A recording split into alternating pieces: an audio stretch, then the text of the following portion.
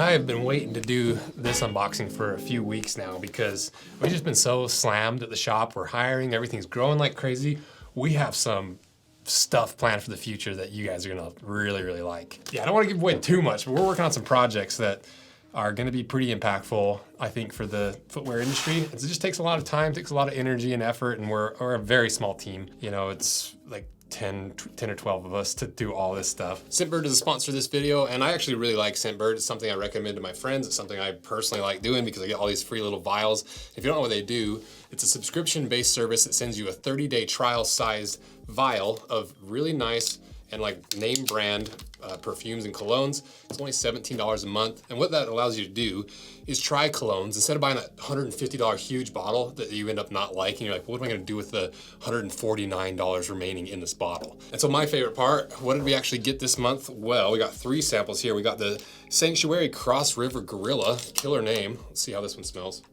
Ooh, I like that one right off the bat. It's really clean smelling.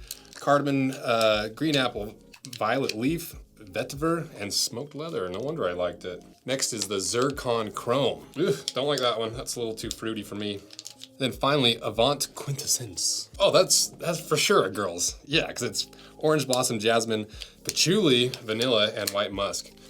It smells good though. So check out Scentbird. It's a really cool option for anybody that's trying to up their hygiene game, their scent game, their game in general. And the beautiful thing about this is if you click the links in the description or go to the Scentbird website or scan the QR code and use the code Anvil55 off, you get 55% off your first month. And that's only $8 to try your first batch of Scentbird colognes. And it's fun. It's just fun to do. So check them out below. And don't forget to use that code and get 55% off your first month of Scentbird. And thanks again to Scentbird for sponsoring this video. And so sometimes really expensive and cool packages take a while for me to open them. But this one has just been driving me nuts because this is probably the most expensive tiny package I've ever purchased. I think it's like over $1,000 for what's inside of here. And what you might be asking, well, you probably know because it's in the title and thumbnail. But what I wanted to do is before we unbox this, I kind of wanted to show you guys how ridiculous and how cool this leather actually is. Because as soon as I saw it for sale, I bought a couple hides because I was worried they're gonna sell out, and I had this project in mind. I guess I didn't even really have a project in mind. I was like, I can find a project for this. I can find a way to justify this and make a video and try to recoup some of the cost. And fortunately, Nix is volunteered to do their Brandel brand boot on their new 1924 last. I think it's early 1900 last. I don't remember the exact numbers. But they're gonna use this leather in that boot. Also, a shameless plug, mostly just because I forgot they're on the table. Barefoot African Rangers are for sale on Jim Green's site. It's the latest drop, new colors. They're selling out pretty quick, so get your order in before they're gone. So what is in the box, you might be asking? Well, this is some leather from Shell Cordovan. They have like a bunch of different names. I don't actually know what their true name is because it's the Shell Cordovan Toscana Italia, but their website is cordovan.co. I've heard people call them Toscana Italia. I've heard them just call them Shell Cordovan, so I don't know what their name is. Because Shell Cordovan is the umbrella term for this kind of leather. And if you don't know what Shell Cordovan is, it's crazy leather because it's not even really leather. It's not the outside skin of an animal, because usually most leather is cow skin that's turned into leather that doesn't rot. Cordovan is from a horse, but it's not just horse leather or horse skin. It's from the butt cheeks of a horse, which sounds stupid. But what it is that it's that pivot point for a horse's leg that swings forward every time it walks. That has so much movement because of the muscles and the skin flowing over such a compound curve. Horses and a lot of this type of animal developed a harder membrane layer underneath the skin, or kind of in between the layers of the skin, that allow, that give it a little more protection. And it just is, I don't even know how to put it into words. Like, because there's so much movement there, that skin had thickened up because it's a more vulnerable spot versus like a belly. You know, that's why bellies on leathers are so stretchy and so useless, because it's down in the belly where it's sagging and it doesn't have a whole lot of functionality, I guess. But that horse butt cheek has so much movement and such an important part of the horse. Over time, they developed that hard layer in between. And the crazy thing is, there was really only one company that did it at any scale, which is Horween's Shell Cordovan, world famous for it. And they really were the ones over the last 100 years that popularized it. And they're still the go-to guys. There's a few other people. There's Shinki Hikaku in Japan. There's these guys that do it. It's some of the most expensive leather in the world. It's $150-ish per square foot, especially for the bigger hides or the bigger shells that are harder to get. There's only 2 shells per full horse hide, and they're not always consistent. They might be smaller little chips. They might be huge, like bigger grade ones. You know, the difference in cow meat production versus horse meat production is quite a bit different. And so you can understand how it becomes a very rare type of leather. But people love it because, I'll actually show you. This is from the same tannery, the Toscana, Italia. This is actually funny because I forgot Nick's made this boot for me out of the same company. We're gonna have Nick's make another boot out of it. Shell Cordovan doesn't really wrinkle, it just rolls and folds. So you can see here where most boots would have these hairline wrinkles in them, Cordovan just folds. And obviously this is dirty, but you can kind of get the effect that I'm trying to show, right? And it's really resilient, it's really tough, it's really dense, it's a really durable leather. It's not the most durable leather in the world by any means. So some of the claims of Cordovan seem to be a little bit overhyped, but it is a pretty magical leather. So one thing I'm curious about with this is this boot is made out of the Toscana Italia Cordovan, and it kind of had a little fishy smell, if I'm being honest. And it still kind of has that smell.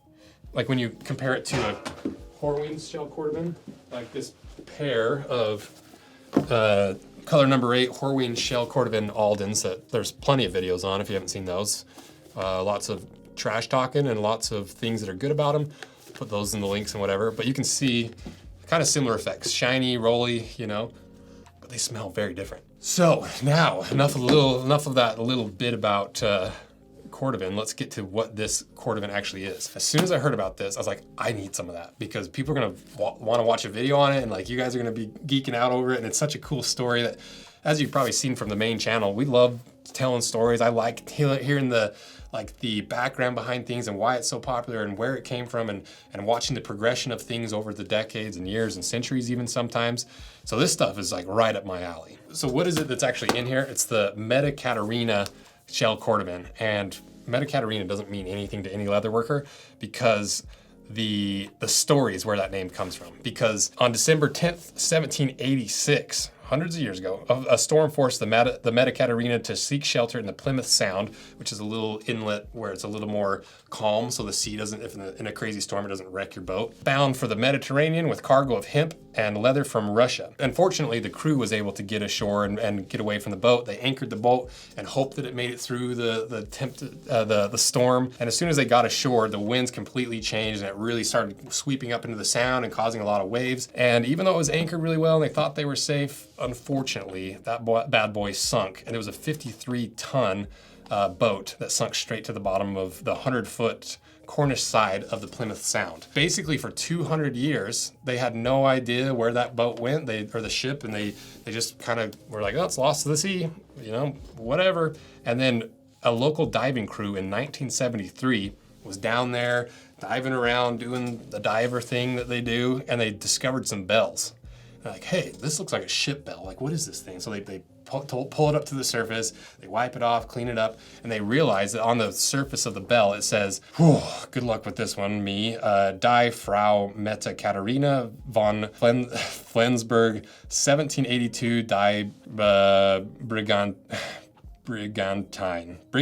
which was basically the ship's name, the origin, and the date that it was constructed. So they knew exactly what boat it was and when it was made and the era that it sank. Because they knew it was full of leather and hemp, divers went down there and they started bringing up huge rolls and bundles of this leather that was sunk to the bottom of the ocean for 200 years. And the crazy thing is that leather was still usable. Like, because of how it was tanned and because it sunk to the bottom of the sound where there's a lot of clay and mud, it just covered up the hides. And because it was this old school Russian way of tanning leather, it preserved the leather for 200 years to a point where they were bringing them up. They went to a local bar and was like, hey, we don't know what the heck this is. I think it's leather type of deal. And the local leather worker was at the bar too, overheard them talking about it. I was like, hey, let me look at that. Comes over, he's like, oh, this is leather for sure. Like, pull some of this up. Let's see what we can do with this. And I guess through like the 70s and 80s, they pulled up a ton of this leather and people were buying it and making products out of it, which is crazy to me because I feel like it should be in a museum. And part of me is like, well, how do I get some of that hide? Like, I would like to make some products out of that. That seems like it'd be a really fun thing to do for the channel. So if anyone has any connections to the original stuff, let me know. So what was it actually about the leather that made it so preserved underneath the water? The story goes that it's a Russian way of making leather that was really only done in Russia, and there's a bunch of secrets around it, and people from America and England and Europe sent spies over to try to figure out how they did it, and they never really quite figured it out. So there's this old school Russian leather that is kind of this mythical thing that's been lost to time, at least the recipe. And so what they did to try to figure out how that leather was made is they went through all these archives, all these old books, to figure out how people were making leather in Russia at the time to try to replicate it as close as humanly possible. And they found that in St. Petersburg, they used willow bark to tan the hides, and they cured them in birch oil and embossed that crosshatch grain by hand. And so part of the process that was different, even from oak bark tanning, which is one of the longest tanning processes, is the hides soaked previously in tanning fluid were more or less turned by hand every day or so for 4 months. Then they were transferred into the pits and soaked them in a mixture of bark and willow, poplar, oak, larch trees, and for not just 6 months, 18 months. That's ridiculous. Because leather's not cheap, but especially like really high-end leather. Think about the investment of spending 2 years on a single hide of leather. Obviously, you're doing a bunch at a time, but it's a crazy investment compared to like a cheap chrome tan leather. They take flesh to leather in like 48 hours. And so what Toscana Italia has done is try to replicate that as close as possible, but with Cordovan, because the original hides, they think they're made out of reindeer or calf or cow. So that's what I find really interesting. I'm curious what they actually did for the tanning compounds and how much they actually put into this to make it a different type of Cordovan, and how much is just the story to sell more of the hides. Because even the story alone, just trying to replicate it is enough for me. I think it's a cool little project. The ideal situation would be like to replicate it truly. Let's unbox it. And it's probably one of the more expensive unboxings I've done, and it's literally just the raw material. Let's give it a sniff test.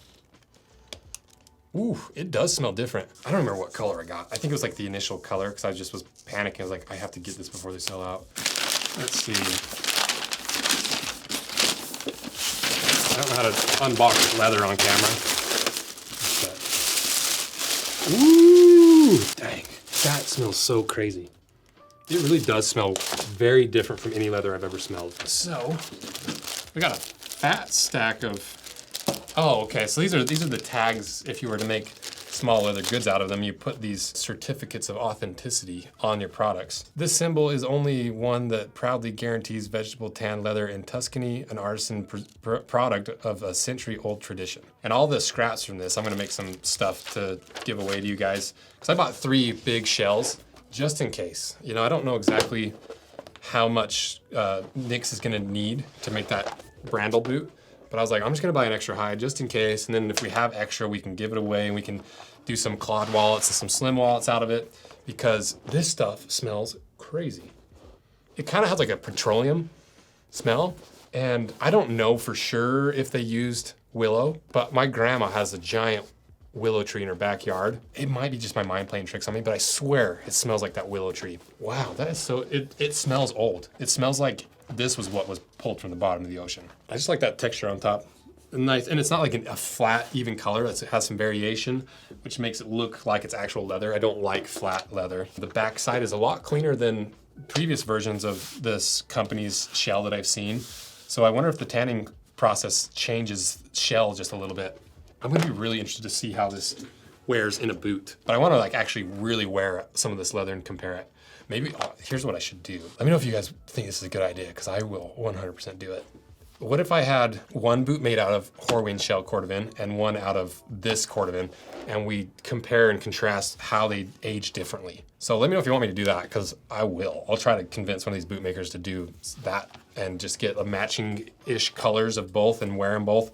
I don't care if I have mismatching boots. It's like, I wear so many wacky boots around all over the place anyway, that like 2 slightly mismatching boots won't mean anything to me. So that's that. That was a 23-minute video. I thought it was gonna be like an 8-minute video.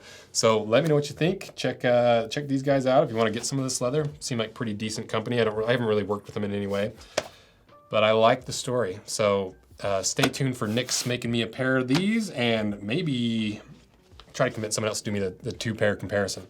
So thank you guys for watching. Let me know what else you want to see with this kind of stuff. If you like this, support it. You know, this whole Rose Anvil 2 is what I want to do and my passion and stuff through the lens of what works on the channel. You know, like as much as I'd love to do stuff on this channel that gets 1,000 views, Problem is, we still have to pay employees to edit these videos. And let you know a little secret, most of these videos cost us money on Rose Anvil 2. And we're still trying to get it to make money, and it's offset by all the other things we do, the sponsors like the Barefoot African Rangers, and trying to push some more of our products and stuff. But support this channel wherever you can. And thanks again to Scentbird for sponsoring this video.